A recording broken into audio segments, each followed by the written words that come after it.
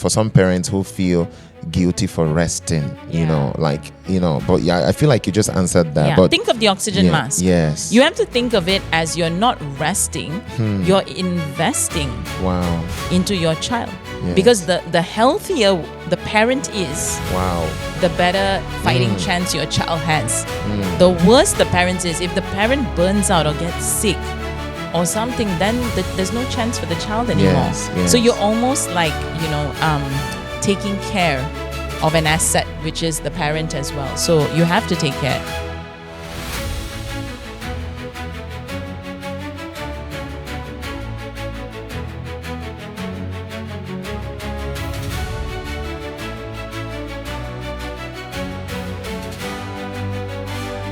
Hi everybody, welcome back to the Elvis Good Luck Podcast. This is the day the Lord has made. And just like I promised you guys, I will always bring someone here that is going to minister life to you guys. And the person that I have today, it's an amazing friend, someone that I know, she is just amazing. I'll just use the word amazing.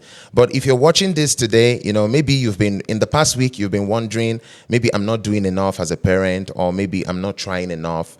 This conversation is for you. And I want you to sit tight, get ready. But before we go into the conversation, I want to encourage every one of you to subscribe to this channel, like it, share it, because you never know who is going to be blessed, through the conversations we have here. But without wasting much of your time, I want to introduce my guest today. Hi, Joe. Hi, Elvis. Thanks so much for having me here today. It's such a privilege, such an honor, such a blessing. Guys, you don't know who I have here. I have the how do I say this? But I'm super excited, Joe, that, you're sitting here today. Mm-hmm. But before we go into the podcast, how about you just, tell the people a little bit about yourself, maybe your qualification, so they know that you're speaking from a place of, substance. Wonderful. Okay, sure thing. Well, hi everyone. I'm Jochebed Isaacs. I am the director at Early Autism Project Malaysia and also a clinical psychologist. I have my master's in clinical psychology and a degree, a bachelor in psychology, as well as recently was given an honorary doctorate from the University of Nottingham for our work in the field of autism. And Elvis, it's been 20 years this year of EAP. I can't even believe I've been working for more than 20 years. 20 years. In one company. So, that's pretty much who I am. Wow, what an amazing introduction. I'm super excited for the conversation that we're going to have today. And, I want us to just dive straight into the questions that I want to ask you. And I believe it's going to benefit the people watching today. When a family walks through your door, what do you notice about them? Not about their child, but about the parents themselves.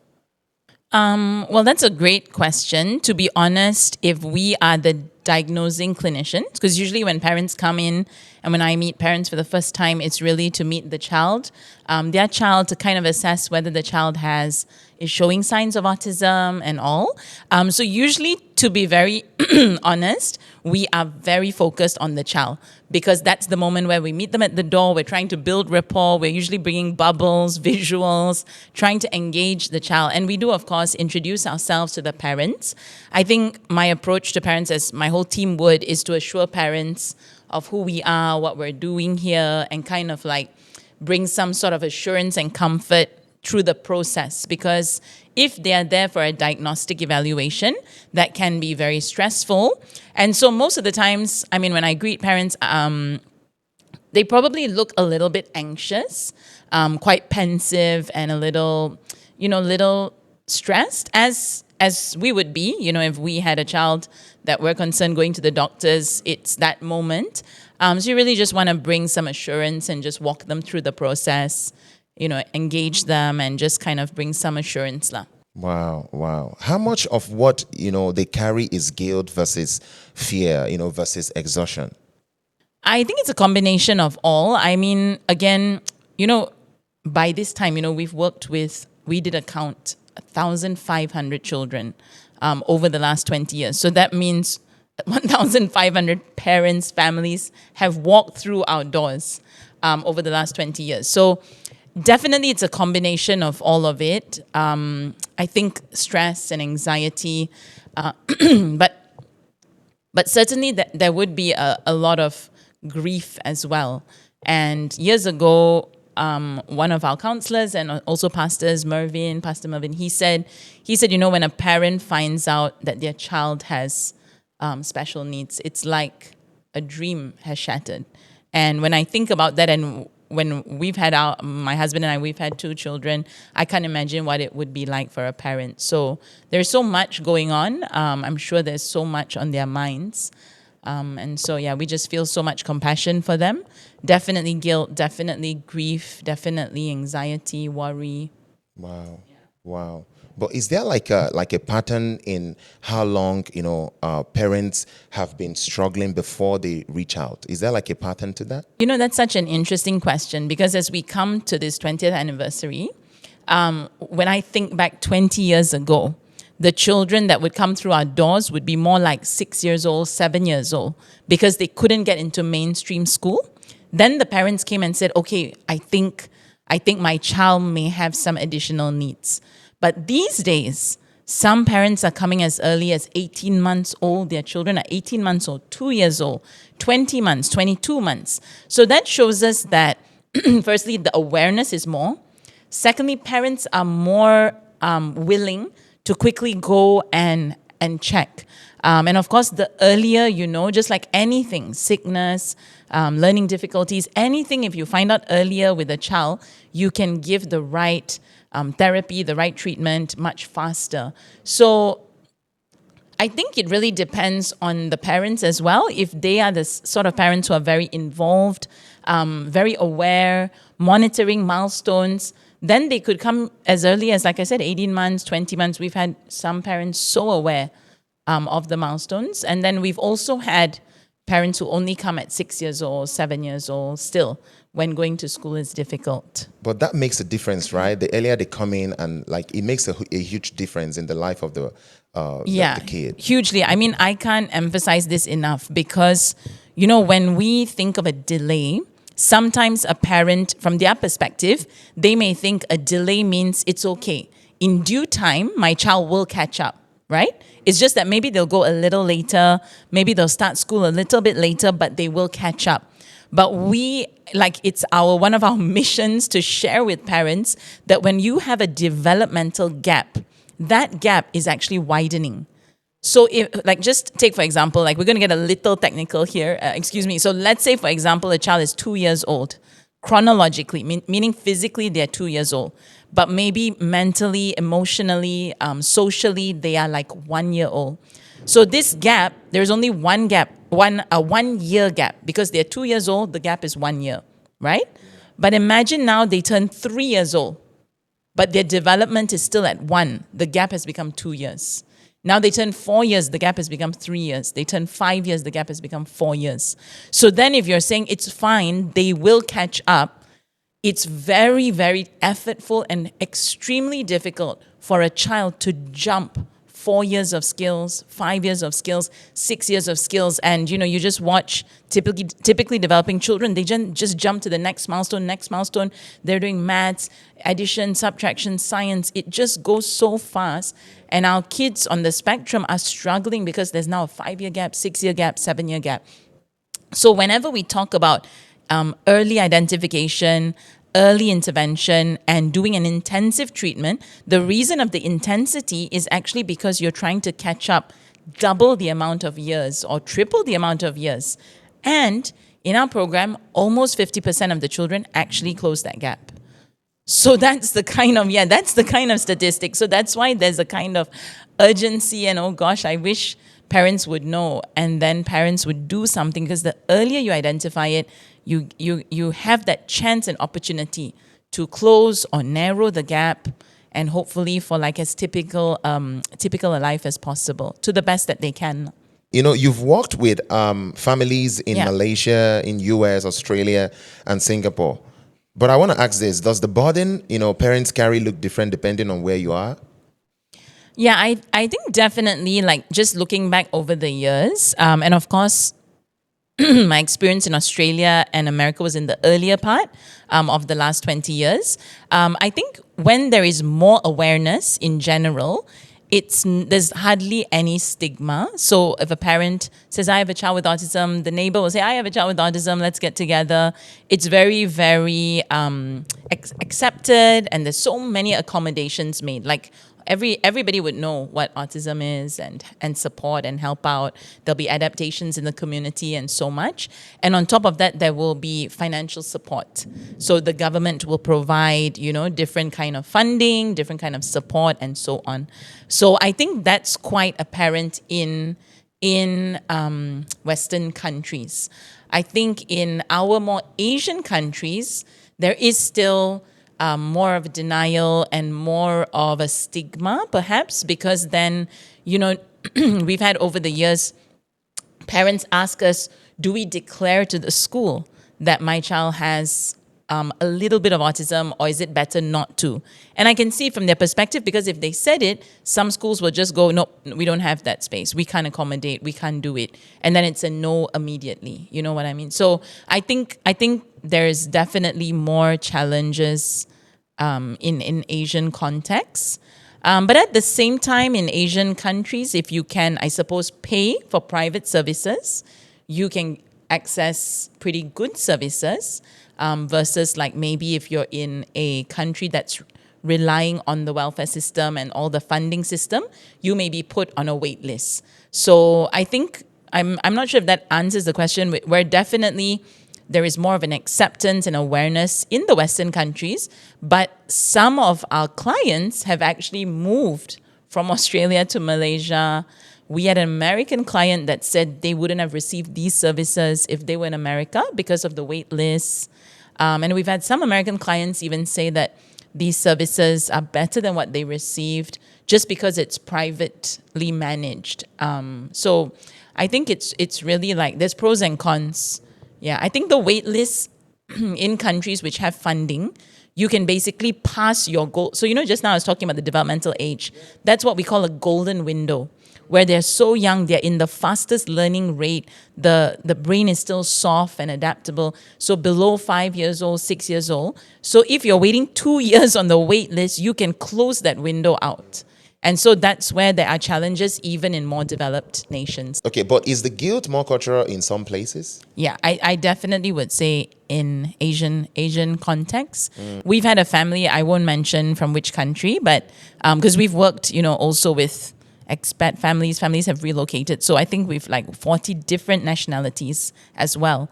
And one country, which I won't mention, where the family was so petrified that people would find out, that we had to go like undercover tuition teachers. We couldn't wear a t-shirt. We couldn't wear our logo. They didn't want anyone to know that their child had autism because in-laws lived in the house. And that wife, it was the father's parents. And he said to us, if they find out, they'll do something to my wife and she'll be in a lot of trouble. So I don't want you to tell them, just say you're a tuition teacher. And so, look, we are here to support the family. If that means going undercover, we did it. Yeah. I can imagine how it feels. Painful. For them. Yeah, painful. Yeah. Wow. So difficult, so painful. Yeah. So where do parents feel most alone? Where in this whole thing, where do parents feel most alone? I think in the whole. I mean, I'm probably just guessing, speaking on behalf, because I wouldn't ever be able to fully understand, right? But I'm sure they just don't know how to help. Like, how can they help their child? They wish they had the support, wish they had the funding, wish they had the right team. So if you had funding, then you could get the team can come in like a dream team into your home. Like our teams go into the home, we bring everything with us, like a, therapy program. It's like a rehabilitation program. We bring the games, the toys, the staff, everything. So if you had that kind of support, you'd feel the burden lift off. But then it's the funding, right? So what about the families who are single moms or more than one child with autism, Elvis? Because there's a genetic link. Sometimes brother and sister have autism, sometimes two brothers. So there's a lot of pressure on the family, on the marriage, on the other siblings as well. But where is there a part where Malaysia gets this like right or wrong? I think it's a tricky one to answer. I think we're still in a place where Malaysia is a wonderful country and we are growing and evolving and progressing every single year. And I think in the area of education and healthcare, I think we're still evolving and we're still growing in that area. So there's still room for growth. But in terms of the private sector options, there are so many options. And so part of the reason why people have relocated from countries like, in our experience, we've had clients move from Bangladesh, Maldives, Denmark, Norway. I think partly because they can access these services at ringgit prices. And they feel comfortable in our country, hospitality, food. You know, it's a lot of food. Yeah, a lot of food. So some parents from overseas find it very comfortable to come here for the educational services. But if you were maybe B40 or middle income family, then you might find it quite difficult, to afford this quality of services. And so that's where we are hoping, and that's what does our next 20 years look like? We've already started, and that's where 10 years ago we started our nonprofit called the Hope Project. And that's dedicated to raising awareness through campaigns, providing subsidized services and free resources. So our dream is, okay, if you can't afford therapy, watch this YouTube video. You can become a therapist right now. Like, you can help your child right now in this moment. Like, if you can just watch the video, implement it today itself, you can help your child. And then we've started doing training for teachers we got a grant last year from Yayasan Saim Darby with the government, Ministry of Finance. And that's why I say there is development happening, things are evolving. And we got to train Elvis 200 teachers from every state in the country. And so imagine those 200 teachers, now we're applying for the funding to go down to the ground and to watch them practically and guide them a little bit. And then they can help the nonprofit centers, the government facilities, and then their quality of services can also improve, can get on track. Then we can help all Malaysians and even people. We're also working with Dignity. It's a refugee center. And so they have some children with special needs.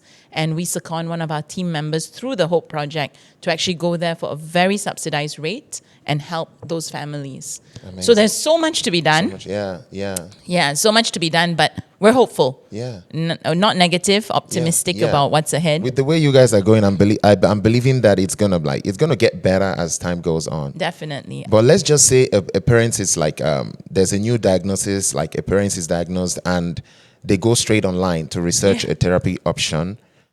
What happens next, and why is that dangerous? I mean, I think as parents, we always encourage parents to be well informed. But sometimes, there can be too much information. It can be overwhelming. And there are so many types of therapies. And we would just encourage parents to look at therapies that are research-based, research-proven, not just research like, okay, I went and asked 10 people out there and 5 of them said yes. That's my research. I got this research. It has to be like properly clinical evidence, proven journals, those kind of things. And that's where obviously with ABA, there's so many, I think thousands of articles that support it. Of course, there's criticism. We'll get into that as well. But then there are therapies. So you either have the evidence-based therapies or you have some that just don't really make that significant a difference. And I guess the part which makes it dangerous, it's probably not harmful, but the risk is that you are wasting resources still. And those resources could be used for something more effective and really make the shift in the child. Or you're wasting the time, right? So you have these therapies that don't cause harm, but they don't also move the dial, and you're just wasting time and money, really. Then you have therapies that are dangerous. And there are therapies like they used to have removing metals from the body, hyperbaric oxygen therapy. And there have been children that have affected their growth, affected their organs. Some have died. So there are therapies that are also dangerous. So I think that's where the risk is going into World Wide Web. Yeah, everybody's going to throw everything at you. And I think people want parents to be well informed, and so that's where we always ask parents to kind of think of it logically. And even with the ABA approach, we have a very logical explanation for why it can work, and it's up to parents to do their best and try it out to the best that they can. I would still vouch for it, not just because EAP does it, but the reason we do it is because we've seen it work. We believe in it so much. Yeah. Wow. What are the most common misconceptions parents arrive at? Around ABA specifically? Yes. I think the number one thing, okay, so there are some criticisms of ABA, like it's too rigid or robotic. And I can't say that that's 100% not true, because if a parent went to a less trained ABA provider, so for example, we had years ago like interns that intern with us for 3 months and then they open their own center, kind of thing. And Have you encountered that? Yeah, of course. We've Really? had everything. We've experienced everything. Whoa. And so then you're like, wow, they're now a professional in ABA, but they only intern for 3 months. That's dangerous ABA. Because that means they only got that bit of experience. There's no calibration, there's no ongoing monitoring, ongoing professional development. And so even in the field of ABA, it's a science. There's people studying, there's degrees on it. And then you have to have the experience. So even, Elvis, like I guess, fun fact or sort of like PSA, public service announcement, like you can get a psychology degree. You can't call yourself a clinical psychologist. You have to do masters, and then you have to do supervised hours, which means another clin psych actually supervises you, and then you can register that you're a psychologist. It's the same with ABA. You can't just practice ABA and say, I'm an ABA expert. You actually have to practice under guidance. And so when people do this without guidance, they took a certificate or something, then you're going to get what you call bad ABA. So there's good ABA, there's bad ABA. And we see that for everything. And so years ago, I went to Kuching, and we love East Malaysia, and there's so much more work to be done there. But I met this lovely lady, and she explained to us that her 30-year-old son, they are so scared of him. They didn't know how to manage him. He's like dangerous. They are scared of the way he attacks. He's aggressive and all. So I said, okay, have you ever tried some of these strategies, ABA strategies? And she goes, we finished ABA. And so I was like, how did you finish it? Because I was thinking like, it's not like a curriculum. It's not like it's a methodology. And then she brought these flashcards, bless her really. And she brought these flashcards and she's like, he can do all these flashcards. And I was like, that's flashcards. That's not ABA. Like, who told you that's ABA? And she said a well-meaning American consultant did a one-day workshop in Kuching, like 20 years ago, 10 years ago before that. And these parents, I'm sure the ABA practitioner said, this is just an introductory workshop. But maybe parents in their, like learning it and trying to understand it, they just thought that was ABA. And so I think those are some of the misconceptions. You can't actually finish ABA. I think what parents are resistant to is they get resistant to the one-to-one part of it. And so that's because like they think, wait, if I'm going to be learning in one-to-one, how's my child going to interact with other kids, right? And the second thing is, why so many hours? Why can't my child just do 1 hour a day or 1 hour a week? So those are the two misconceptions I love to explain more about. The one-to-one part first, Elvis, like if even me in my 20 years of experience, if you gave me 3 children with autism right now, I can't do it. Even though I'm so experienced and all, I just can't focus on 3 children with autism because it's a spectrum. You'll have one child maybe having a meltdown about something, one child eating the paper over here, one child taking off their pants or something. And so you get what I mean? If you're going to teach 3 children in a group, this is called babysitting. I can make sure none of them hurt themselves. I'm not going to be able to go, hey, look at me, let's play. But if I'm doing it one-to-one, I can go twinkle, twinkle little, look at them, sing, connect with their eyes, do the motions, imitation, get the words. I can get the results in a one-to-one setting. They can have full attention of mine. If we put them in a group, actually a better way to say it is you're giving them a third or a fifth or a 20th part of the teacher's attention. 20 kids, 1 teacher, 100% babysitting. There's no way. I'm just saying it. My personal professional opinion, I can't do it. And I would love to see if someone can do it at the beginning. Of course, what we do then is in the one-to-one setting, we're teaching them how to listen, how to cooperate, how to learn.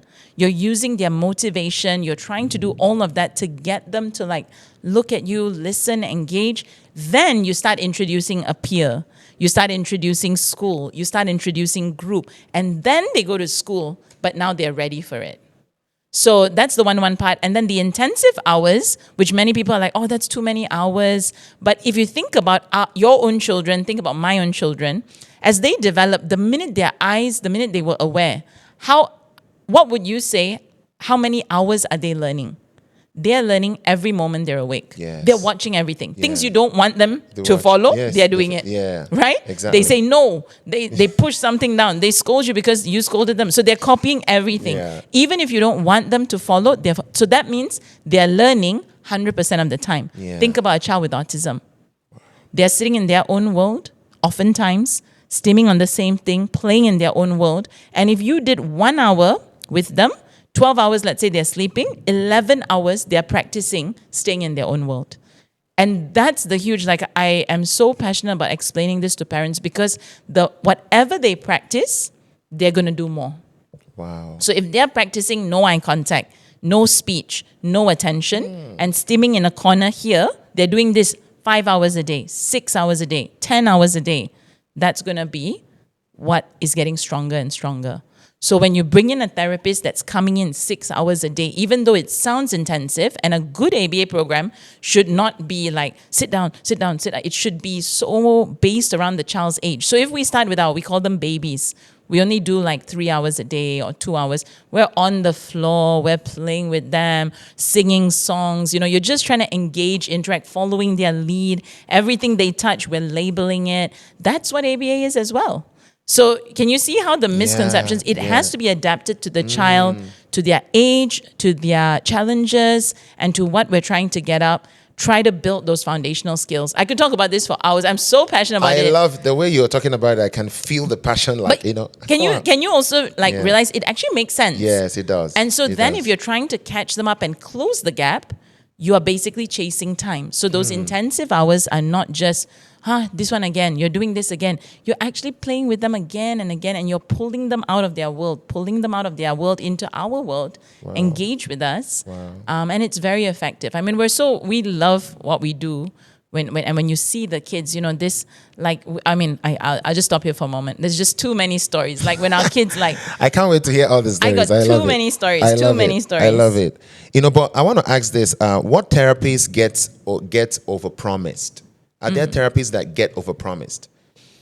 Maybe at one point there was something called the diet. I think a lot of parents still do the diet. I'm careful as I say this because I'm not so familiar with it recently. But at one point they were saying that the diet could cure autism. So I think that probably would be a long shot.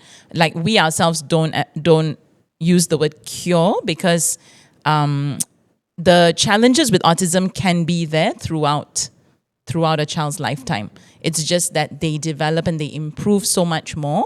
So then their developmental gap closes, and then maybe at the key points of their life, like when they become a teenager, they become a young adult, they may need a bit more support. So I think any therapy that says, I can cure it, just do this and then it'll work. So even at EAP, I'm always saying 50% of our kids, we have best case scenarios, Elvis. If you see the kids, you'll be like, what? This child has autism? I can't believe it. We have so many of those children around, but we don't necessarily say, hey, look, your child can be like this. We always say, look, every child's, it's a spectrum.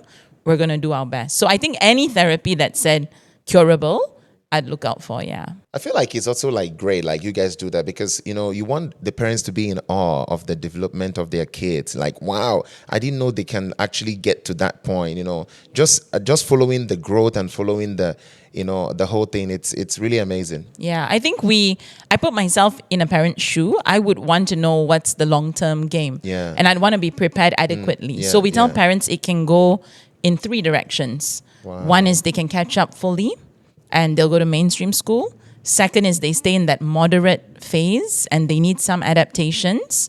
But thirdly is they're quite severely affected and they'll need lifelong support. But we're going to do our best and advise you as we go. So we're constantly having checkpoints. Our checkpoints is fortnightly. Every 6 months we do again, and every year we do a developmental assessment. So parents are involved every step of the way. Every step, yeah. So it's a lot on parents. I mean, they have to be like, hands-on. Hands-on. They have to be, and usually the children that are doing really well, even if the child is non-verbal, we have children, make amazing wins, like from not being able to use the toilet to being able to use the toilet, from not being able to talk to using a device to communicate. Right. We've got our big boys now making Canva designs for our Instagram. Yeah, like even though they're not very verbal, they can learn. Like that's where. So we have this like. There's a famous statement that says something like, if a child can't learn the way we teach, we must teach them the way they can learn. And I just love that statement. That is so You know good. what I mean? Because it's like, wow, if you do that, you can teach a child to their best potential. That's what a good autism treatment program should look like. Let's push them to their best potential. Wow. If that's the catch up, to be verbal, to be mainstream, let's go. Amazing. But if they can't, it doesn't mean life is over. They can live a very meaningful life. They can, be independent to the best they can, reduce all the challenging behaviors.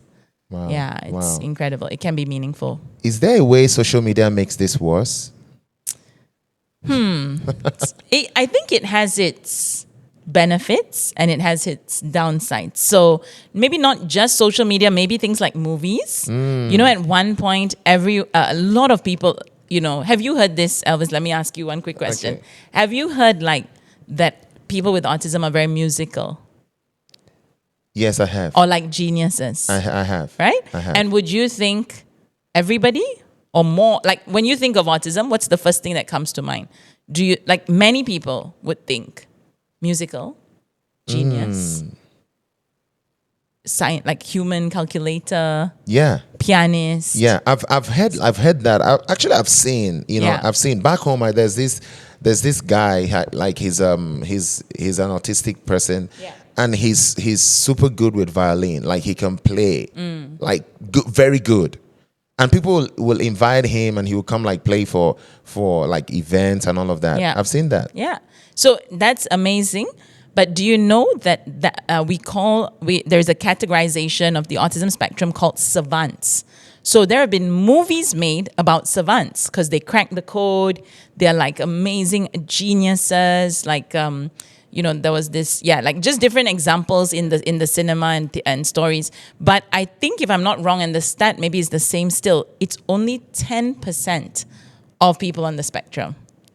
So can you see like how because of course we want to celebrate, of course, but it may give people a perspective that, oh wow, they're all geniuses. And so then there have been some families that maybe they don't want to teach, maybe they don't know how to teach their child other life skills because they're just waiting to discover that genius talent.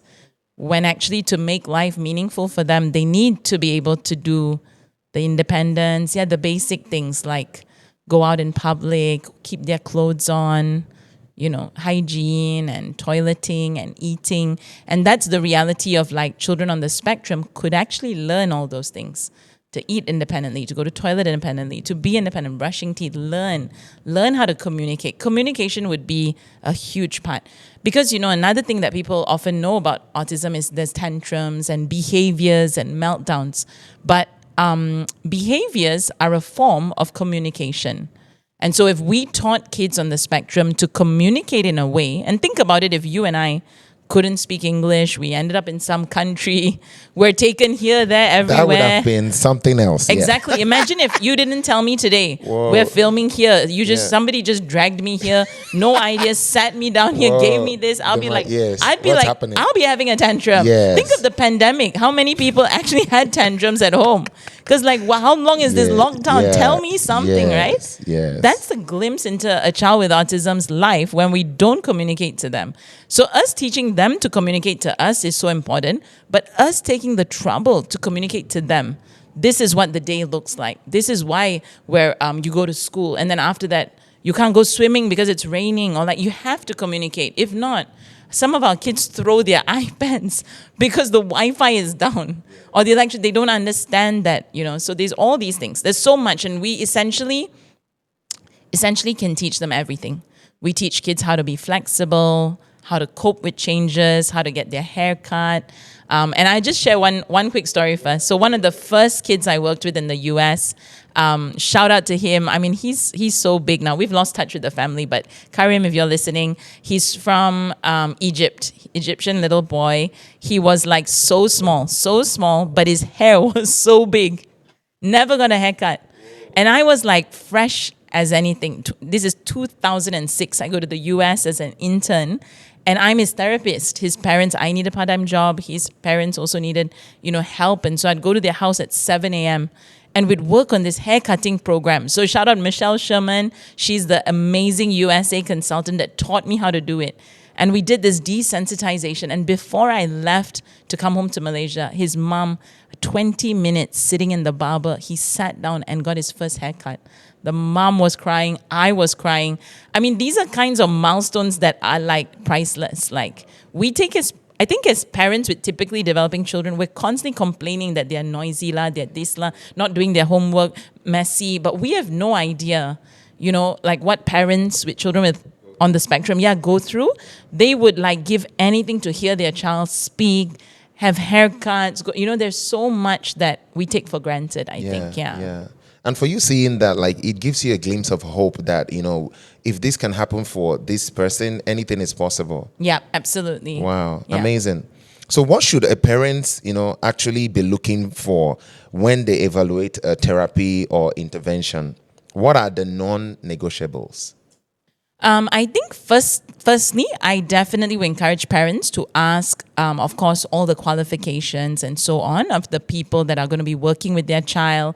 I think to make sure that there is a comprehensive program. And some ways to check this would be, number one, do they even check the baseline assessment? Like, how are they going to measure that this child is going to make progress? How are they going to measure that? And based on that itself, you can see how organized they are, how structured it is. I would ask parents to ask how are they going to focus on the program? What are the programs that will be implemented? Like in our programs, more than half our programs are speech based. So speech and language based, and we're going to go through the priorities. I definitely check, Elvis, how much are parents involved? Because one of the tricky things is you drop off at a center that could be like, so-called, so amazing, award-winning or whatever, but you don't know what's happening in the center, right? Am I right? I mean, we have a center, but our staff are watching all the time. We have CCTVs everywhere. Because you want to make sure that you are doing what you said you're doing. We use an app as well to monitor that our staff are amazing. They track every word that is spoken, every imitation. So when we do 45 minutes or an hour, they are working throughout the 45 minutes. It's not like, okay, do some worksheet and I'll come back in 5 minutes. It's not. It's like, hi, sing hello together. And then next thing, do this. Okay, come play. Okay, sit down. So it's that level of, I think, intentionality, passion, commitment. And then how often are the supervisors monitoring the program? It can't, and I think if, with children that go to like kindergarten and all, the PTM is like 10 minutes twice a year. For kids on the spectrum, you're talking about 5 hours a month of PTMs. We do team meetings fortnightly, minimum 2 hours a time. You cannot cover. It's impossible to cover if you do it anything shorter. Because you're talking about hair cutting, toileting, going to speak, like the range of things are so many things. Amazing. It's end to end. Whoa. So you can't do that in a 5-minute conversation, 10 minutes, PTM. No way. Wow. I know. I went to my son's school and I was like, wait, that's it? That's like it. 10 minutes? Like, that's all? I think the one I went for, for Zion's, I think it was about 40 minutes, and then that was it. Wow. That's, okay, 40, yeah. But once or twice a year? I think it's twice a year. Twice a year, yeah. Twice a year. Yeah. Ours is twice a month. But it's because a child on the spectrum needs that much. And so I think I think we got to talk about the elephant in the room, which is why the therapy is so expensive. And I think the biggest criticism of ABA, which I definitely feel so personally myself, is that there's no way for it to be cheaper at this stage because it's quite intense. Because of what is also like involved in Yeah. it. And wow. Because even to go to a kindergarten with like 20 kids or 10 kids to one teacher ratio, you're already paying over 1,000 ringgit. So imagine in a center where our ratios are almost 2 adults to 1 child. So it's flipped, right? You can imagine the thousands it costs to run. So that's why we have all these other approaches, because one thing I do feel is parents can make the best therapists. And so then if parents are, but of course it's not that easy because they might be working, they might have other children. But if it's possible to either get your own therapist or be a therapist, and then we can supervise the program, you can also do it at a more affordable cost. Yeah. And then of course our other passion is to train up other nonprofit centers, and hopefully if the quality of all the educators in the country went up. That's going to help a lot. That will help. So national schools, if you Come know, on. Reach out. Yeah, we're waiting for you, SK. Amazing. But what are some of the red flags that a center is not trustworthy? Are there some red flags that parents should look out for? I think definitely if you can't see what's happening, that would be a red flag. If you don't you don't have any reports, you're not involved in the programming.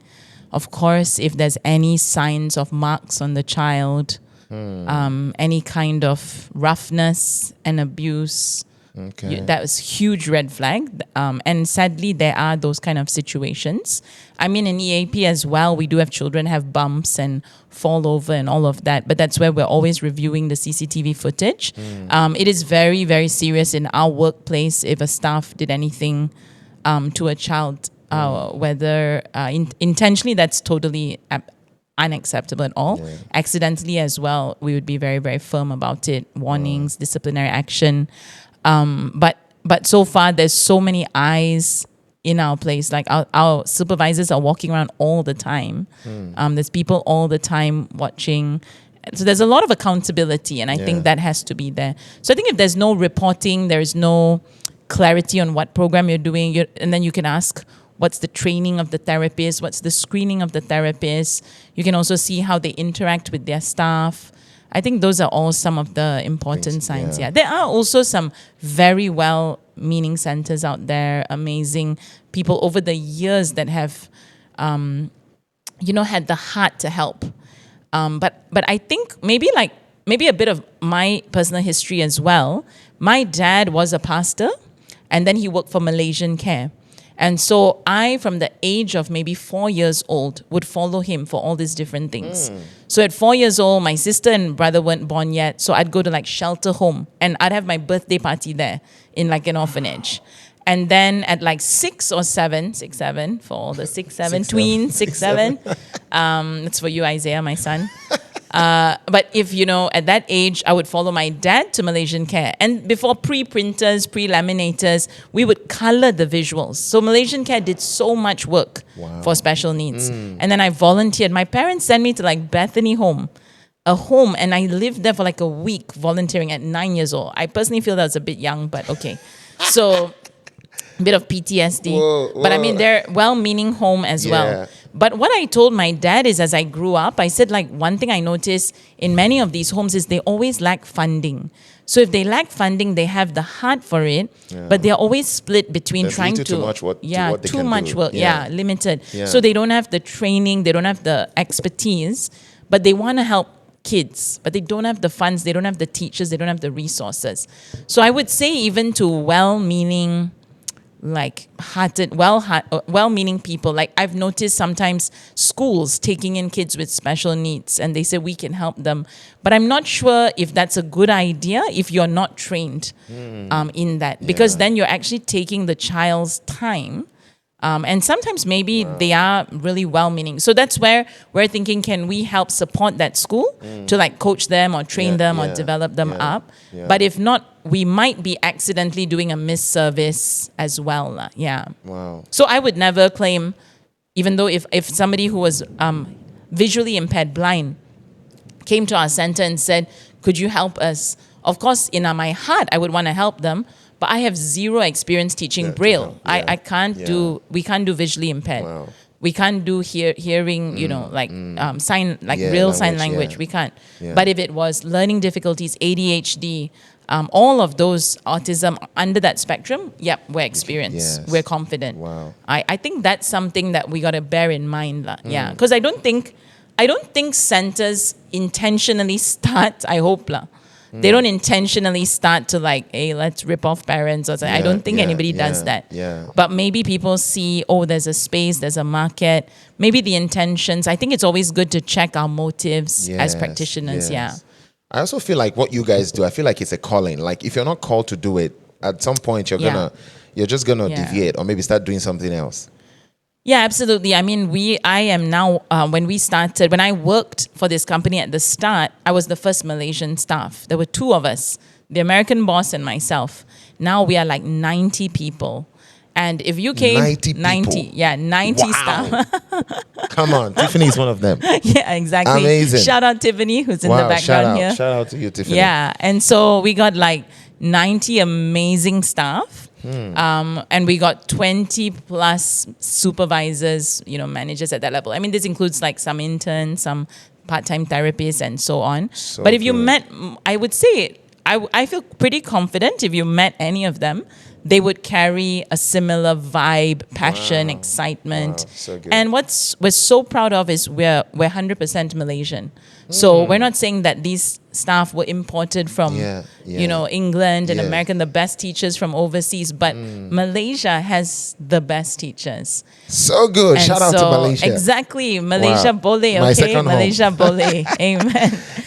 Joe, parents always feel the pressure to do more, more therapy, more intervention, more whatever. Is more always, the best thing to do? I mean, I think that is very common. We talk a lot about it with our parents that we work with. And again, I would never want to limit or control what parents want to do. Yeah. It's their child at the end of the day. They need to have the freedom to make the best informed decision. Mm-hmm. However, I will say this.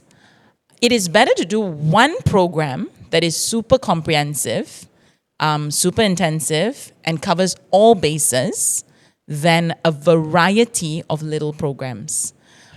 So, there is this analogy, which I think Pastor Mark says, of like you can like spray the water, full jet it, and you can move the sand, or you can just sprinkle the water.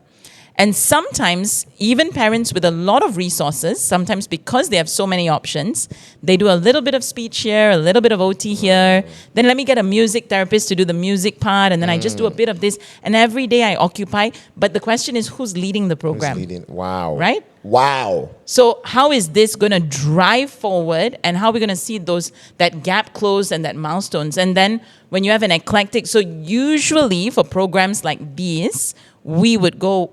we're out because we prefer to work with the parents and to work, of course, collaboratively. We do work with speech therapists. We do work with OTs.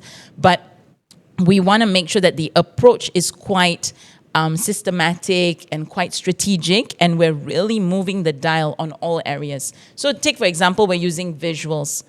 We're talking about flexibility. We want that to be across the board for every phase. We want the child to be able to learn what they're doing at home with the parents outside of the home. So there's a really clear, comprehensive plan. So good. And so if it becomes eclectic, which is a little bit of this, a little bit of that, a little bit of this, that, too many cooks can sometimes spoil the soup. Yes, 100%. And we often see children become more stimmy, like they have more of those self-stimulatory behaviors because they're confused, more behavioral. Sometimes they get more aggressive. So everybody has different approaches. We might have a gradual approach. Someone else might have a different approach. Years ago, I heard of a speech therapist. We were doing our way and engage. We do speech. We would try to get a child to say words at first 10 times per hour. So remember I said 3 hours a day or 6 hours. So that's 30 times or 60 times. Then we double it to 20. And so we have a really strategic approach. We'll get kids talking 100 times a day. If they can talk, they will talk. Then it'll be 500 times a week, right? Then once they cross 100 words an hour, we kind of stop tracking because now they've had a burst of language. They're going to become fluent talkers. But there was a speech therapist who's forceful in their way. And I think if the child was aggressive to the speech therapist would be aggressive to the child. So then we're like, oh dear, this is totally in conflict with what we do because we don't want to like teach, model beating the child back because the child's not going to know that, you can beat me, I can't beat other people. And then the child gets aggressive. So that's where what I mean by it's not that you want to be collaborative, but if the approaches are conflicting, they're no longer complementary, the person that suffers the most is the child. The child. What happens to children who are, overly scheduled with therapy? They can get, like I said, they can get much more stimmy. You might see a lot more of the self-stimulatory behaviors. So when we say overscheduled, our schedule's pretty full. Like our recommended, which is what the research shows, the 50% that catch up is about 6 hours a day. So that's 3 hours in the morning, a nice 2-hour lunch break around there, and then another 3 hours in the afternoon. But each hour would be very, very playful and a lot of fun. But we have some children who do this 6 hours and then do 2 hours of tuition, 1 hour of swimming. So then it's become a 9-hour day plus Saturdays, Sundays. That may be a bit too much. And then you might start to see them have other behaviors like meltdowns, get aggressive, start to refuse therapy, refuse to learn.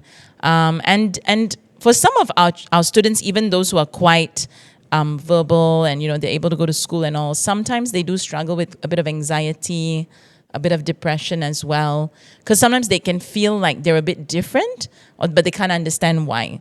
So that's a whole nother conversation that we have with parents about disclosure and whether to talk not only to the school about it, but to talk to our students as well about it. And we've done that conversation quite a lot in a very gentle way.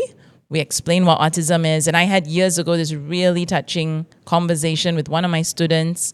We explained the whole thing. He went really quiet and he said, "Do you think I have this?" And then I was like, well, it's a spectrum. You might have a little bit. Everyone has different challenges, but it's no different to someone not being able to speak a language. Like some people need help in English. Some people need help to sing a song. They're tone deaf. This boy could draw so well and swim so well and run so well. And I said, he is natural at that. I'm not. So I said, if I had to become an artist, I couldn't. I'd have to go for extra classes. So in the same way, so I think it's not like you are trying to downplay it, but you're trying to help them go. It's not like you're not lousy. You're a person, and you have so many other strengths. But this is one of the areas that's a little bit difficult for you. It's amazing to see it from that perspective because it helps them to also feel like they are humans, Which they are, yeah. And so that's why even like using the word, there's like big discussions about what symbol to use, what word to use and all of that. And we often prefer to say children with autism rather than they are autistic because they are a child, they're a boy, wow, or a girl, wow, and they have a little bit of autism, wow, or a lot of autism. Maybe it affects them more. Yeah, but then so good. They also our kids can swim, like beat you in swimming, that kind of open sea swimming, racing. All of them will have something they're really good at, and so we want to celebrate that about them. Yeah. What does enough actually look like? We talk about parents thinking we need to do more and all of that, kids being overly scheduled. In this whole thing, what does doing enough, what does it look like? I think it's really, I would say it's acceptance of where their child is at. And so I think this is the very hard part. I think the first hard part is finding out maybe that your child has autism. But then a second hard part is accepting if they are not in that category that's going to catch up. And that is where, you're kind of making all the effort and trying. Then suddenly you realize, oh dear, this is not meeting, they're not meeting the milestones the way they were hoping for. And so we actually have these conversations from day one, because we don't want parents to invest into this and think it's 100% going to turn around. We want them to be aware that, hey, there is this possibility. And then when parents accept that, we have some families, Elvis, that it's so wonderful. Like the child just becomes integrated into their family, and you're no longer pushing that child to, they've achieved their best potential. That's why we use the word their best potential. So if their best potential looks like this, can our lives, the family's lives, still be meaningful, wonderful, adapted, definitely. But what does typical look like, right? And there is this letter years ago, and I'll share it with you later, written by this lady who, it's a very beautiful letter. Actually, YB Hanayo reads it out. It's on our YouTube page. And she says it's like you prepared your whole life to go to, you're on a flight thinking you're going to a country. I think it's like Italy or something. And you're thinking you're going there. And then you get off the plane and you suddenly realize you're in a different country. And you're so upset because you're not in that country. But if you could accept you're in this new country, you can enjoy this country. Yeah. And I think that's a very moving piece that this lady wrote about having a child. I don't think it's with autism, but with different, just additional, like a different disability or additional needs. And she said the minute you accept it, you can enjoy that, that life. Wow, thank you, Joe, for answering these questions. I feel like, for parents who are who are on this journey, all the things you're saying here is going to really benefit them. But I want to ask this, when a parent feels like their child is not being supported at school, what should they actually do, and where do they start? Okay, so I think when we talk about school, I think earlier I mentioned just very briefly about, the spectrum and how there are hopefully 50% of children that will be able to catch up, 50% of children on the spectrum, which means that mainstream school becomes meaningful for them and effective. So a child with autism, so if we think of a school, a typically developing school, if a child on the spectrum can benefit 80% of the time from the school, then it's a very, very suitable school. But if the child, so we talk about the child first and then we'll come to the school. But if the child needs adaptation, meaning to say that they can sit in the class, they can be in a group, but they just can't follow the maths, or they just can't follow the English, so they're being left behind. They need adaptations to the curriculum. They will need a shadow, a learning support teacher, or someone to actually help break that down.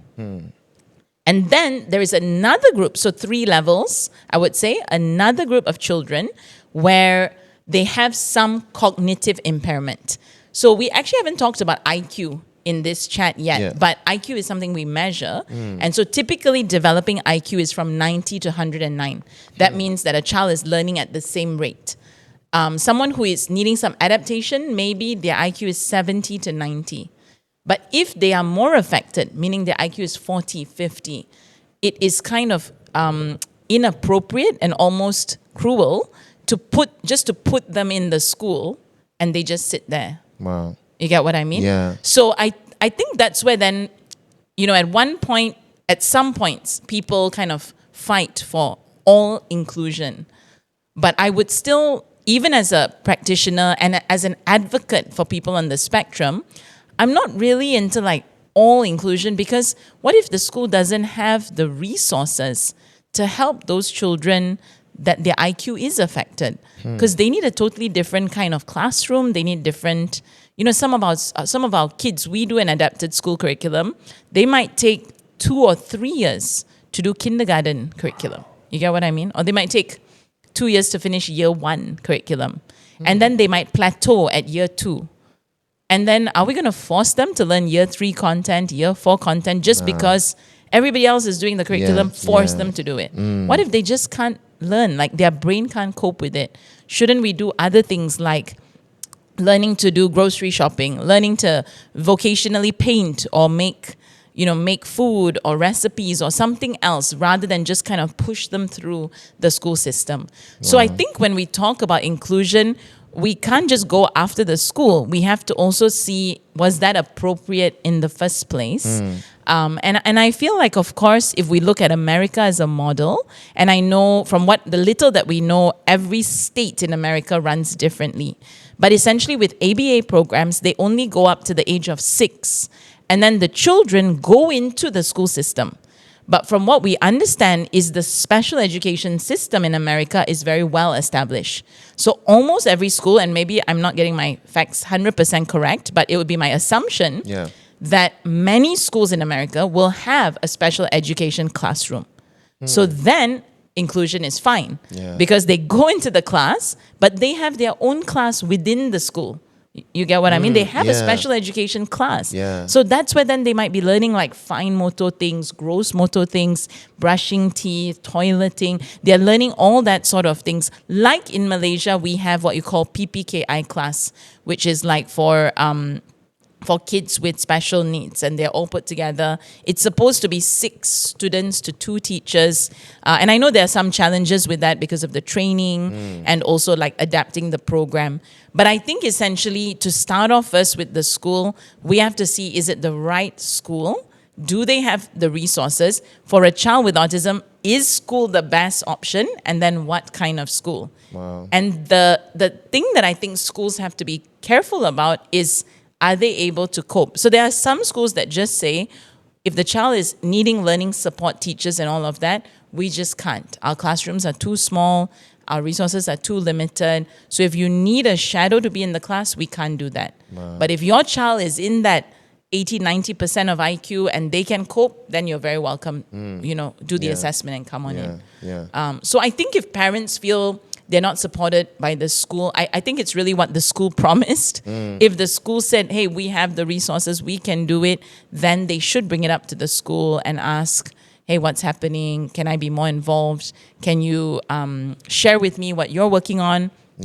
These are the strategies that are working and so on. On the EAP experience, we've been very blessed to work with many wonderful international schools. But again, that comes back to funding. So we've worked with 20-30 different schools across Klang Valley. Wow. And we would send our student with our therapist. And the therapist, from working one-on-one, now is their buddy in school or their shadow teacher or personal learning assistant. There's different names, but the same role. They essentially help the child transition into school. I did that as well. I would supervise and help my child. Wow. And of course, it's a wonderful, it's very, I laugh about it because we have funny moments that happen. But you can then see the child struggling to understand what the teacher is teaching. And I think there was one question, I also was like, buddy, I also don't know how to help you answer this question. It's like, what's the difference, year 3 or year 2? What's the difference between the Romanian Empire and the Egyptian thing? And I was like, what? I don't even know the answer to that. I was like, my geography is not even that good. Buddy, I'm so sorry. I can't even help you. Wow. And then, he was so cute because like the teacher would say, don't talk when you're eating. And so then I'm trying to make conversation in the lunch bunch and I'm like, hey, have a conversation. Ask them. And he's like, the teacher said, don't talk when you're eating. So he's so mad at me. Like he's so little. And he was like, stop talking. Like you're embarrassing me. And I was like, but the teacher. And then I'm like, the teacher doesn't mean it. And then she's like, what? You taught me how to listen to the teacher. Now you're telling me the teacher don't mean it. Oh my goodness. But can you see, Elvis, the social rules? Yes. Would your son or would my son listen to the teacher about canteen? Of course not. Canteen is where you talk.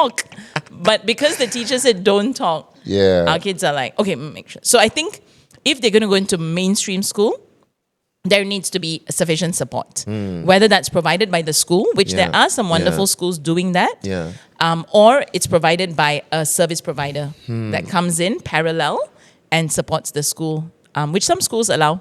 Wow. Yeah. When is the time to consider changing a school, like for a parent? When is the time for them to like say, okay, I think I need to make a change here?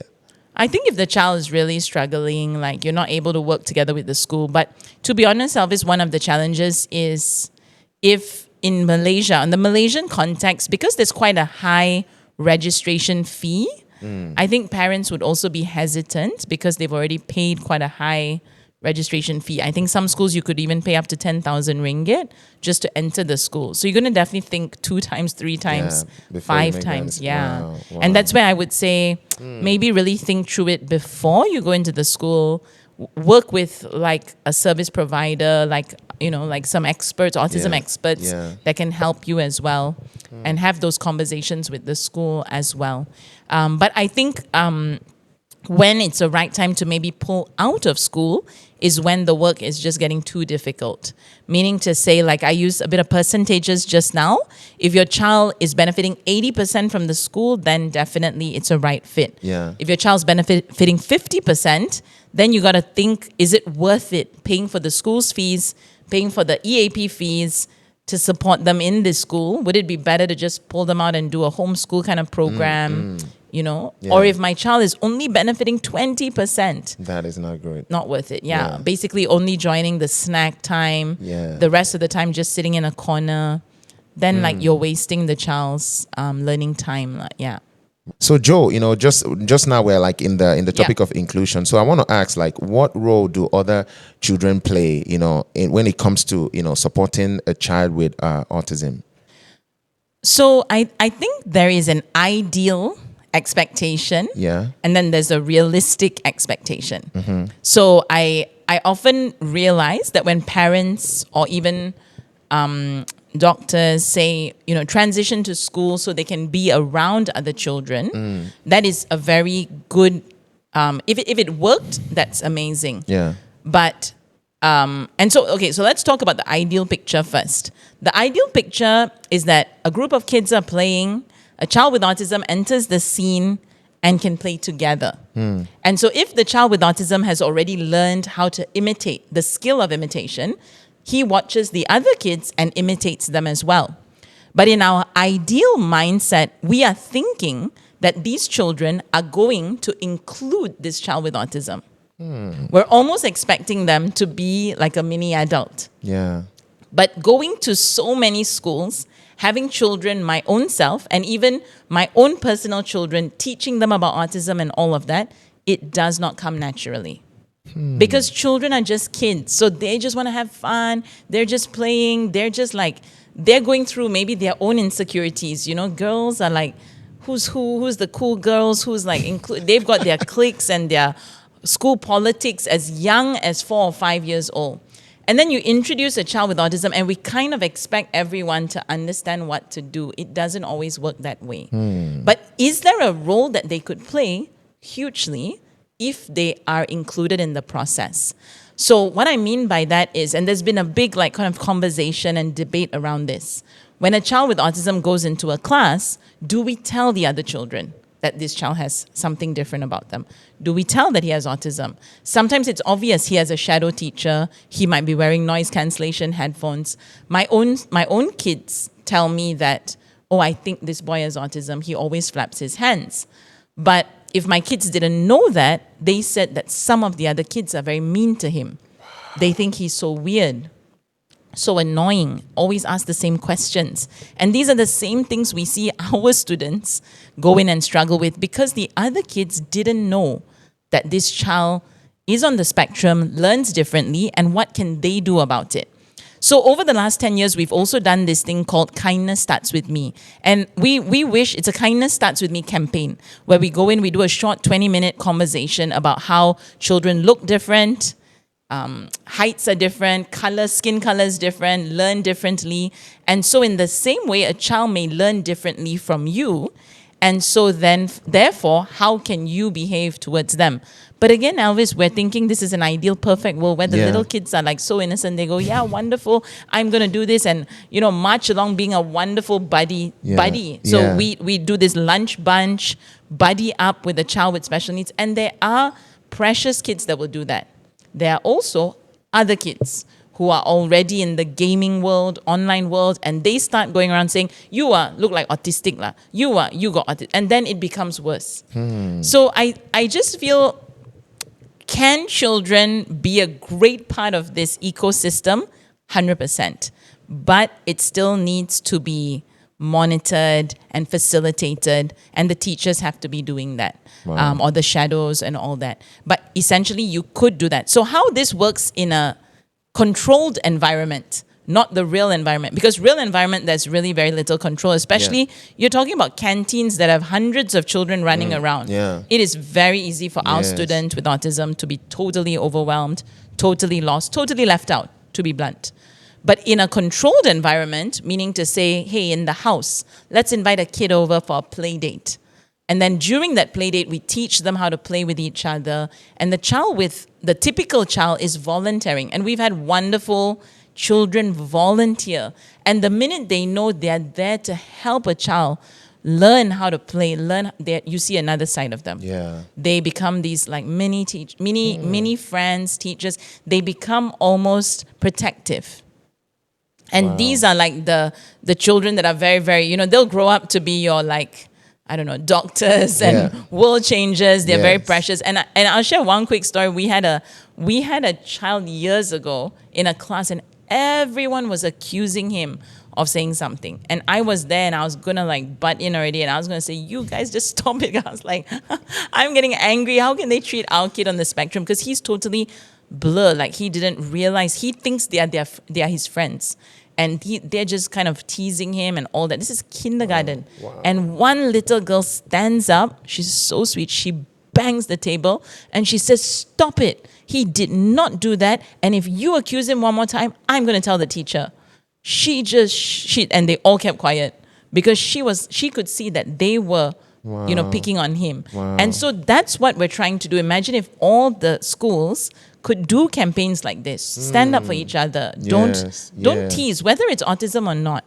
Don't tease and make fun of people. Be inclusive. It'll be such a wonderful, it'll be a wonderful ecosystem. Yes. Wow. And so then on that front, you might be thinking then, what about parents, right? Mm-hmm. Because I was about to ask you that. Okay. Yes. This starts at home. Yeah. So most of the time, children who are very mean, unfortunately, they come from a home that they haven't seen this kind of inclusion. Wow. We have got parents calling and saying, oh, I heard there's a child. Why do you have so many special needs? Why? And so it's difficult as well. And I can understand all perspectives, because if a child with autism is hurting another child, and I have my own children as well, if a child is aggressive to my own child, I would also be like, hey, is everything okay? Like, what's happening here, especially in a public setting or something. We had an incident happen after church one day in Sunway Pyramid Mall. We were in a playground, and this little boy has whacked my Isaiah 2 times. And he came up crying to me one time. The second time I said, I'll come over, and I see this boy walk around and slap him really hard and then walk off. And the dad is right there. So I said, sir, your son just hit my child. And then the sir said, no. This is how he plays. So then I was going to get angry. Okay, so I'm professional. But in that moment, my mama bear is like, wait, what did you say? This is how he plays? So I didn't even have the autism filter on. I was mad because my own son got hurt. So can you see, when we talk about parents of typical kids, it's not that I didn't want to accept that boy. It was like I was off duty in that sense. And I was just like a mom thinking this boy is whacking my son. And then the mom came running up to me. And she said, so sorry, he can't really talk yet. And when she said he can't talk, then I looked at the boy again and I said, of course, I wasn't paying attention. I didn't notice that he definitely was on the spectrum. But the dad was struggling. And so then I taught my son, hey, Isaiah, this is what you do. When the boy comes over, he's trying to play with you. Straight away, put your hand up and give him a high five. I said, when you run around, run to him and say high five before he hits you. Wow. So Isaiah did that, and then they played for a few minutes together. So just a simple tip, but the minute Isaiah knew, he's on the spectrum, he grew up, right? Yeah. They've done every Learning autism campaign. Yes. Yeah. Wow. So they know, and they use the word A. Do you think that person has a bit of A? Because they don't want to use the word to offend the person. Privately, they'll ask me that, and then I'll say, yeah, I think so. Do you think you could include them? Do you think you could be friends with them? And they'll be like, of course, we'll try. And then you teach them how to do it, and then they're actually willing. I believe children are willing, but it starts at home. Amazing. So, wow. Yeah. I told you guys, she's the best. No. She's like, she's the best at this. But I want to just ask this: what do Okay. you see happening to parents who are doing this alone or by themselves? I think parents, I mean, I can only imagine how consuming this can become. And I think, even just having a newborn baby, we can get so overwhelmed by the newborn baby. As a new mom years ago, you can kind of lose yourself in the whole process. And so we do try in that moment of the diagnosis to talk to the parents about some self-care and actually processing through the stages of grief, which can be a whole nother conversation, but people can Google this, AI this. There's a whole concept on the stages of grief. And there's actually 5 or 7 stages. But the 5 stages are actually denial, anger, bargaining, depression, acceptance. And if people can kind of work through that, some people, if they have strong support structures, like they have a strong family, strong marriage, strong family, extended family, they've got a good community, church, of course, they have God, then they can cope with it so much better. They're stronger, they can bounce back. Some people, if they're spiraling, whether it's with denial or guilt, then we would definitely recommend see a counselor and kind of process it. But what we have seen with our families across the years, and it's really, thankfully we see that, is many families still keep their careers, still keep their lives in that sense of not losing themselves. And so, there's that famous analogy of the oxygen mask when you're on the aeroplane. We have that conversation a lot with parents, that we try to encourage them to keep the oxygen mask on. Meaning to say that, in the plane, when they say if there's any emergency, before you put the mask on your child, put it on yourself. Yes. Because if not, you will collapse. If you collapse, no one is going to chance. help the child. Yeah, Yes. correct. So it's the same thing for parents. Try to make sure that they still have some downtime. And some parents, if they're at the end of themselves, they'll be like, how am I going to do this? It's impossible. It's impossible. And that's where I think reaching out to people, getting help, whether it's professional counseling, marriage counseling. And Elvis, there are some parents that have sacrificed so much. Yeah. They relocate. We have so many families where the mother moved to KL with the son for the spectrum, for the treatment, and then they are separated for 6 months, a year, and they sacrifice so much to get the treatment because they don't have it back home. And so those are moments where it's really difficult, but I feel like they have mentally set it, they've kind of okay, guys, we're going to do this together. The dad is going to work at home. He's going to fund this. Mom's going to be here and she's going to fully focus on sending him for therapy. And so I still feel it comes back to the acceptance. Yeah. And it comes back to, okay, what are we going to do about this? And also when the child is in therapy, and this is trickier if they're at home, because if they're at home, you need to have another full-time adult for safety and all that. But if they're at the center, then we encourage the moms, don't sit in the waiting room waiting. Go and join a gym. Go and do have a coffee with friends. Do something for yourself. Some moms go to work, and I think it's good because you kind of focus on something else. Yeah, helps you get a balance. Yeah, absolutely. Find a church community. Yes. God, there's ways to do this well with others. But what are some of the signs that a parent is close to breaking? I think when they are literally crying a lot. Some are very emotional. Maybe some parents, we always want parents to be involved, but there are sometimes when they're watching the CCTV the whole time, they're, it's become all consuming. Then it's not really the healthiest anymore. Yeah. So you would definitely check in. And I think that's where our role is. We're definitely there more for the child to help the child learn and develop and progress. So the parents wouldn't have to worry so much about it. Yeah, I think that's the part. Yeah. So good. But I think if we see the parents overly upset and overly stressed, we will maybe my supervisors might call one of the senior supervisors in for help. Sometimes I step in to just check in. Are they okay? Do they need any help? Recommend a counselor. And sadly, over the years, some marriages have failed. And that's very heartbreaking for us. Of course, we try to talk about that right from the start. We try to encourage parents to stay together, have a date night or date morning, or date coffee, just do as something. long as it's a date, Yeah, as long just as do something is something. happening. Yeah, just the two Yeah, of you. yeah. Find that space to find your marriage again as well. Because the oxygen tank, you need to be strong. Your marriage needs to be strong. Yeah. And don't forget, there are other children, if you have other children.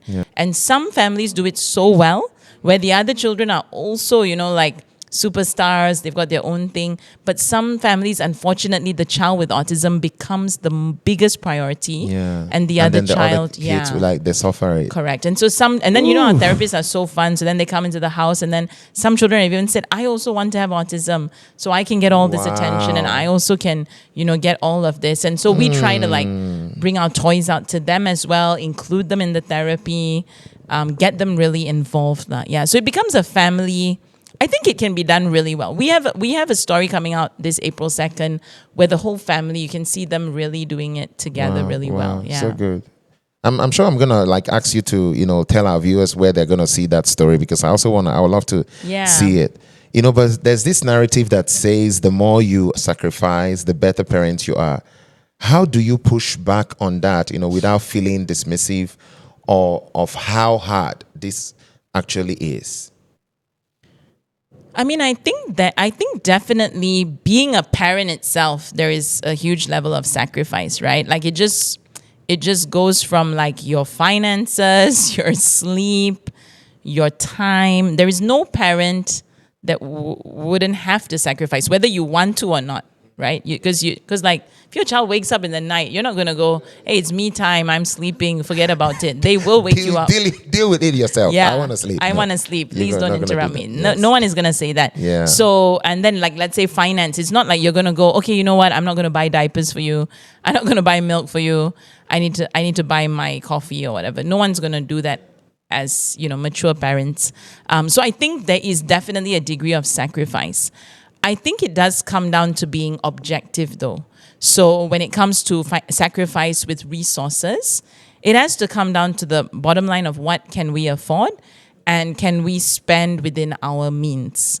So, we were thinking of international schools for our own children years ago. But if it's not within our means, there's no point.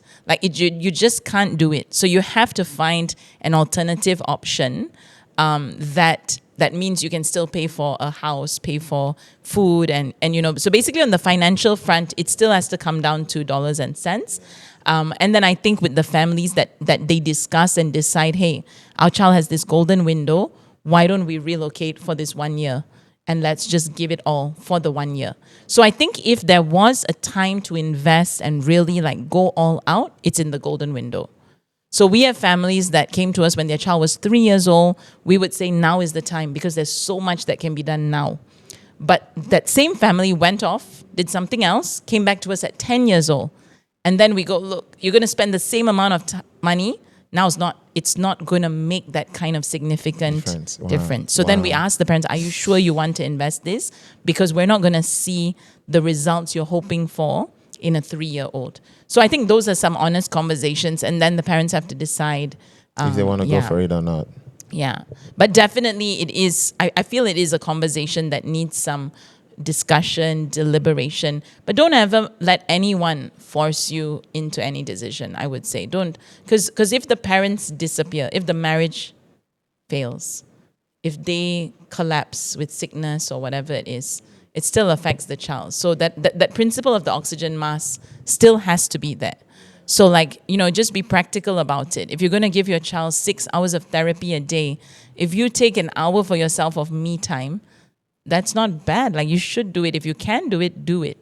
That I wanted to ask you just that now, for some parents who feel guilty for resting, but I feel like you just answered that. Yeah. But think of the oxygen mask. Yes. You have to think of it as you're not resting, you're investing into your child. Yes. Because the healthier the parent is, the better fighting chance your child has. The worse the parent is, if the parent burns out or gets sick or something, then there's no chance for the child anymore. Yes. So you're almost taking care of an asset, which is the parent as well. So you have to take care. Amazing. What does a parent, who is coping well actually look like, and what are they doing differently? I I think a parent who's coping well, I'm just thinking and reflecting over the different years and all the wonderful families we've had the chance to work with. I feel they have a very healthy approach to life and like a balanced perspective wise. Like I think there is a healthy acceptance because the families that, that I'm thinking of, it's not that their child was in that golden cat window. And I mean, they were in the golden window and it's not like they all caught up. Some cases they didn't catch up. Some cases they're still quite, have quite challenging behaviors and so on. But the family is coping well because there is a healthy acceptance. There is healthy boundaries as well. Meaning to say, okay, you know what, we're going to try our best with this, but this is on him. Like they've kind of put back some of the responsibility on the child as well. Yeah. Because, the child with autism, it's a spectrum, right? So you can do everything. The team can do everything. The parents can do everything. But if the spectrum is such, sometimes it's just very difficult. But of course, we pray and we believe in miracles. That's definite. But in this case, that would be that would be some of what I would say. Some telltale signs would be like they have a good acceptance of the diagnosis and of the treatment. They are they're working well together. We have wonderful families that are like therapists themselves. They are so good. They get it. They're working hand in hand. They're not doing conflicting things, which then make it more difficult. They have good, healthy boundaries. They have like a healthy life, I would say. And you can see it from their children as well, the other children. They're really happy to participate. They're cheering. Like we have this annual family day, like a concert. Because some of our children on the spectrum, this is the only concert they'll have once a year. And we celebrate every child, regardless. If they can talk, they'll have talking parts. If they can't, they'll do something in the show. They all get awards. It's wonderful. But one of the things you can see is the siblings that come in, and the siblings are like, yeah, they're cheering, they're excited. So you can see they're not like resentful and depressed, and like their needs are also met. So I think that's one thing, Elvis, that we have to see, that a child with autism has needs, but the mom also has her needs. The dad also has his needs, and obviously, maybe there are certain sacrifices because of this difference or unexpected circumstances, but it doesn't mean you just drain out the mom, drain out the father, drain out the sibling. You don't want to do that. You want to make sure, okay, my son who is not on the spectrum, he has needs. Maybe he has soccer practice. Maybe he has a passion for art. I should be there for him as well. And just tag teaming and balancing this out. So everyone's needs are met, whether it's physically, mentally, emotionally, spiritually. Yeah. Amazing. Okay. As we, slowly begin to like wind this down, I want to ask you this. If a parent is listening right now and they are falling apart, they are just quietly falling apart, what do you want to say to them? I think I would definitely want to encourage parents that there is hope. There is a lot that can be done. It's not your fault. I'm sure you're trying to be the best parent you can be. And, your child is amazing and is special and may just learn a little differently from other people. But I think part of this process is to get the right help, find the right solutions to help your child achieve their best potential. And that may look very different to another child next door or even in your own family, but essentially to get the right support to do that so that your whole family can live the most meaningful life you can. And we've seen that there is so much hope. We've had families do long distance travel, huge, big holidays, and their child with autism is right there along, having a wonderful time as well. So it looks a little different, but different is not always bad. That's why we don't want to use the word disability. We want to use differently abled, and then to make the most out of it and to live the best life together as you can. Wow, that is incredible, Joe. But I just want to ask this, after all the children, you've worked with, all the parents, all the family you've sat with, what gives you the most hope? Well, on a personal level, it's always God. first and foremost. I mean, I think God, I shared this, last year, Elvis, okay, this side story. Last year, I got this email from the University of Nottingham that they every year give out a Doctor of Laws or like different honorary degrees, and that they would like to present it to me. The first thing I thought was, is this a scam? Like, because I was like, there's so many scams out there. And I emailed a few people we knew, and within minutes, we emailed back the office. They said, there's no way this is a scam. And I was like mind blown.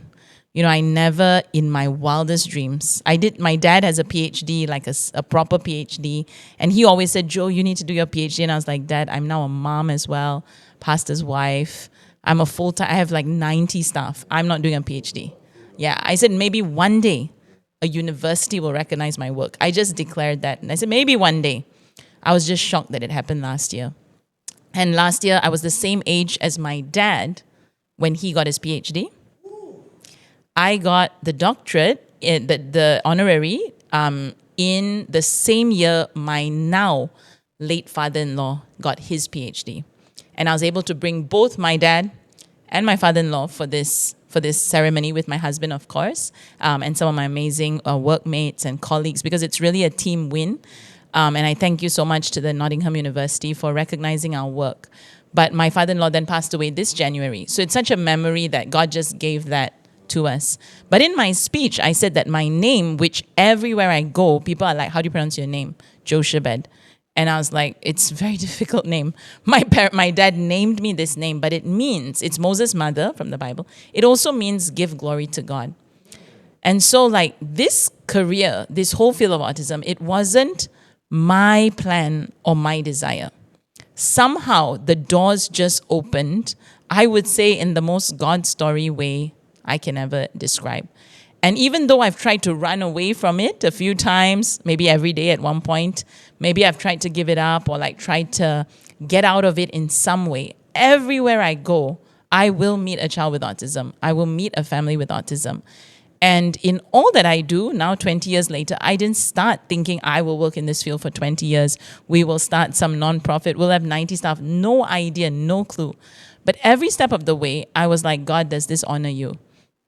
If you've put this into my hands, I'm gonna give you all the glory and steward this to the best that you want me to. For whatever reason, Elvis, God opened this door and asked me, Joe, take care of this. And so that's why I feel there is so much more to do. And out of my love for God and unto the people, that He's entrusted me with and to this whole field, I do believe that, one day everyone will be able to access these kind of services in one way or another. And the moment people can do that, then every parent will be empowered with the skills to help their child right then in their home. And I think because of my faith in God, it makes me feel like even though I don't have a child with autism myself, neither did I have years ago any relatives or anything, because of our faith in God, we always think it could be us. Like, so even though it's not me, it still matters to me because it affects someone else. And I think that's what is the setting apart perspective of why we do what we do and why we keep going, even though sometimes people go like, isn't it enough? Like, how much more do you want to do? And we always say, until everyone can access. Wow. The minute everyone can get the services, then our job is done. Yeah. Good. Or the statistics of autism goes down. That is our prayer, that it doesn't go up, meaning like more people have autism. We're actually praying the reverse. Wow. We actually don't mind there being less work to do, because then children are healed and children are recovering and children are actually catching up and all. So I think with all families and with all the work that we do on a practical, professional note, we do see so many children improve, learn, surprise us. Everything I know today, I learned from the kids that I worked with, from the students I worked with. They surprise you all the time. They'll suddenly do something, drawings, conversations. They make you laugh. They surprise you. And I often tell like our team as well that one day, in heaven, even those that are nonverbal, Imagine one day they come up to you in heaven, right? In eternity, and they go, teacher, I was the one, right? Can you imagine? Thank you so much for being my voice when I couldn't talk. Can you imagine that? And so to all the people thinking about this field, I tell our team, they could choose any field. You could work in any field, but you chose to work in a field that is quite challenging. You're bringing hope to other families. You're helping families with kids. You're bringing hope to their lives, bringing hope to the children. And even if they don't talk, maybe one day you'll meet them in heaven and they'll go, thank you so much for all. I feel like there'll be thousands of kids there saying thank you for being my voice when I couldn't speak. So, yeah. Wow. I'm getting a bit emotional just, hearing you say that. Yeah. Wow. But I want to ask you this. What do you know now that you wish you could tell yourself when you first started? That's a good question. I think that there's so much you could say to yourself 20 years ago, right? Like, I think our perspectives are so limited when you're younger. Like, problems seem so big. I feel like, I wish I could go and say, like, Joe, you're going to get through every step of the way. Like, God's going to be with you. God's going to send the right people. Like, don't have to stress out. Enjoy your life. Like, which I feel we went through infertility. We went through our own sacrifices, I suppose. So I think the number one thing which I wish I had told myself 20 years ago and even today is that we just do our part. I'm not the savior. Only God is the savior. And I'm not the government of Malaysia either. I'm not the United Nations. I'm not, the Ministry of Health. I'm just a person, just like the rest of my team, trying to do our best to help as many people as we can. But I think if we don't carry that savior mentality, then maybe you just enjoy each day at work. Like, it won't be so, Yes, correct. Rather than from a place of strive and stress, which I feel, it's a whole nother podcast. My kids tell me that all the time. I'll tell you one story, okay, Elvis? You can cut it out if you want. Chinese New Year. My kids and I are in a restaurant. I won't say just in case the parent is listening. And the minute we sit down, I'm very preoccupied in my mind, and my kids are always saying, "Mom, be off your phone, be present with us." My own children, because I've had like so many kids with autism I work with. I also have 2 children that are my own, and they're constantly, "Mom, you're so stressed. You're this, you're that. You're not present. You're not looking at me. You're not listening to me." So I'm finally sitting down. My phone is down. Sit down. I hear screaming. Okay, and that kind of screaming, 20 years of work, I'm like, that's a child with autism. I can hear it. And I hear it, and my hands, I'm like, I'm trying to like take the menu. I'm trying to like focus on the food. And I'm like, "Kids, can you hear that?" They're like, Mom. They're like, "Mom, sit down, Mom." I'm like, okay, yeah. So I'm like trying to order the food. Then I'm like, I should go and help. And then they're like, "Mom, please, you're having dinner with us. Just spend time with us." And I was like, no, I gotta help. And that's the part, you know what I mean? Like, of like, where do you draw that line as well? And everything in me wanted to go up to them and like, "I'm here. I can help you. I'm the savior. The savior has arrived. I know. I'm Joe Isaacs. And Yeah. I've legitimately done that before. It hasn't gone down well. So we talk about it on our own podcast where you try to interrupt and people are like, "Who do you think you are?" Like, and so I'm like, look, I don't think it's going to work. Yeah. But I was almost going to sacrifice my child's, but of course, in saying that, if anybody saw me in public and wanted to ask me a question, I would always answer, of course. But I just also have to have those boundaries of like, look, why don't you come and see me in my office? We'll meet then. Because that's the tendency of like maybe giving too much. And it's not that you're not sacrificial, it's not that you're not generous, but sometimes it's just, even the practitioners have to take care of their own mental health, put on the oxygen mask for ourselves as well. So yeah, that's...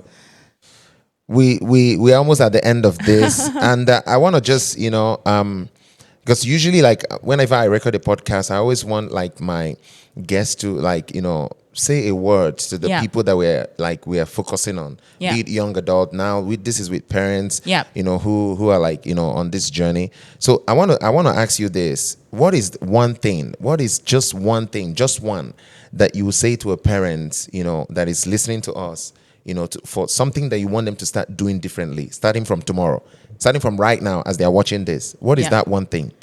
The number one thing would be, do not give your child screen time if they're below 18 months.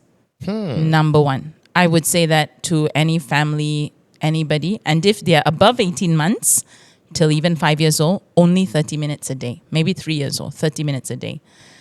Sorry, I can't say just one thing. It's all about, the first part is all about screen time. Yeah. To all parents, monitor screen time. Like, do not give your child access to the world and not monitor that. Be it on an iPad, laptop, or phone.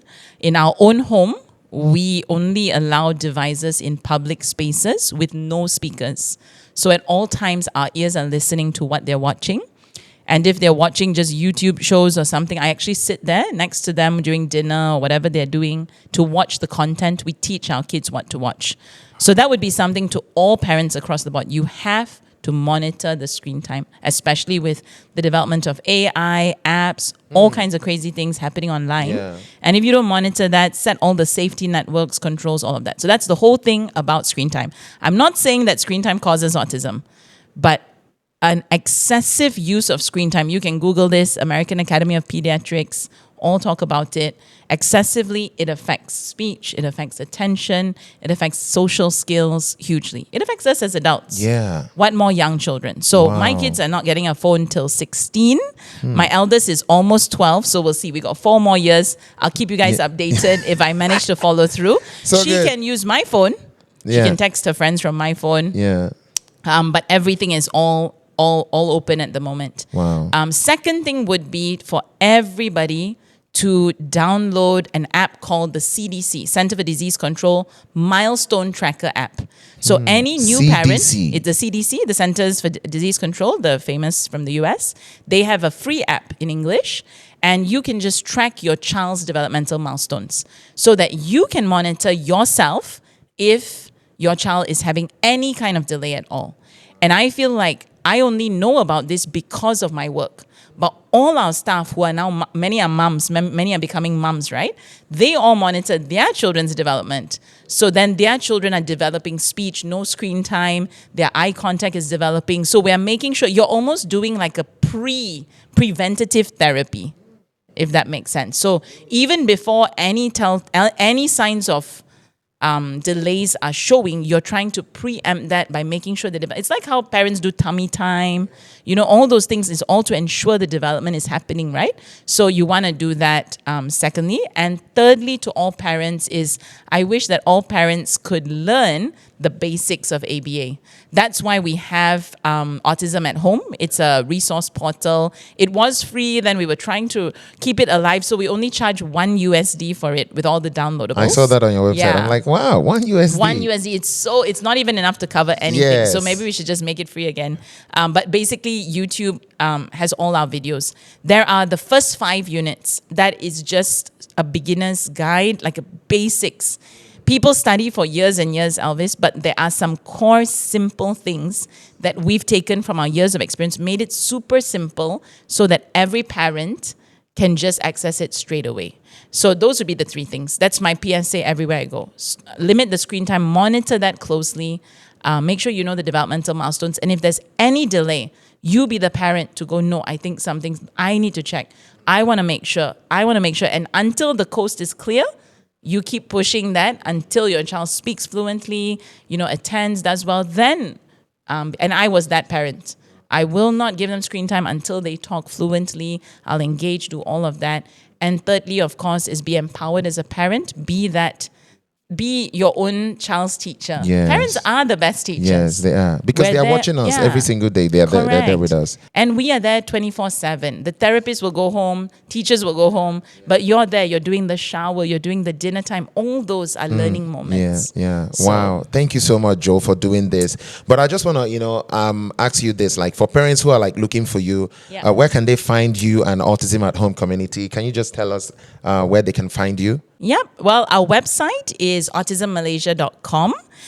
You can find us on Instagram. You just put Early Autism Project or EAP Malaysia. We're on Instagram. We're on YouTube. Our online portal is autismathome.co. We have a center in Bangsa. We've been there for now, almost 20 years. And we also provide services all across the Klang Valley.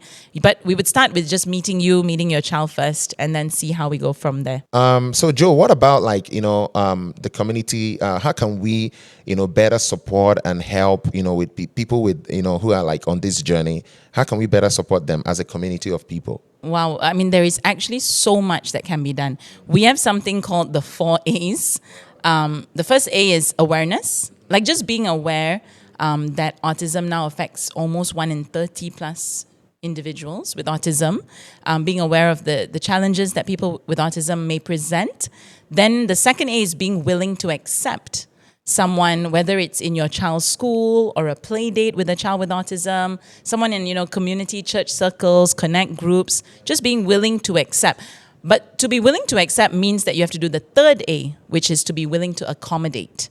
So if we wanted to make a few accommodations, it may mean that, we may need to invite them when the crowd is not so big, or do a gradual transition, or have toys ready that they like, or something like that. So I think these are the things that can help so much. And then lastly, by being an autism advocate.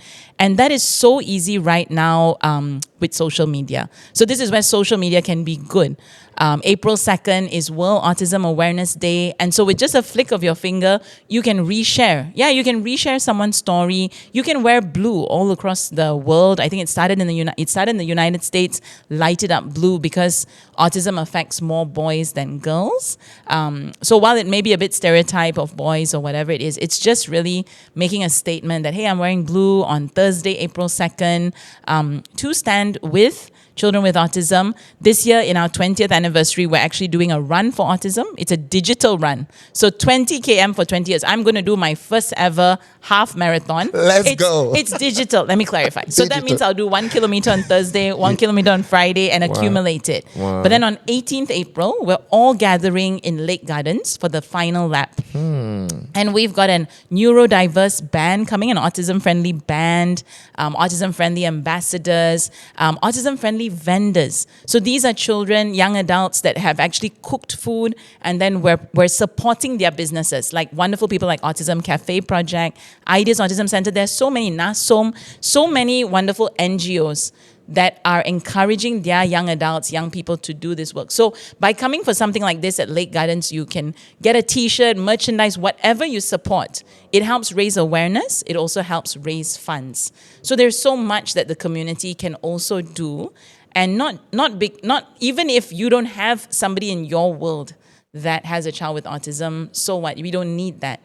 It's just that it affects so many people. Why don't we stand with them? Why don't we support them? Yeah, and do that. So 4 A's. 4 A's. Yeah. Guys, don't forget 4 A's. Yeah. Wow. Amazing. I'm sure people are blessed by, this conversation. Thank you so much, Joe, for doing this. And we also want to encourage you guys, to like this, share it. You never know. Like I said in the beginning, you never know who this is going to help, and that is our goal. That's our vision. We want people to be blessed, from what we are putting out. Joe, thank you so much for coming. Thank you. Thank you for having me. Thank you for being so gracious. I asked you and you just said yes. I'm like, wow, come on. I'm super excited. Thank you so Wonderful. much. I can't wait for people to listen to this, and I can't wait to get the feedback from this as well. Thank you so much, Elvis. Thank you so much. Take care. See you. All guys. right. Bye-bye, guys. Bye. Thank you. Bye. Bye.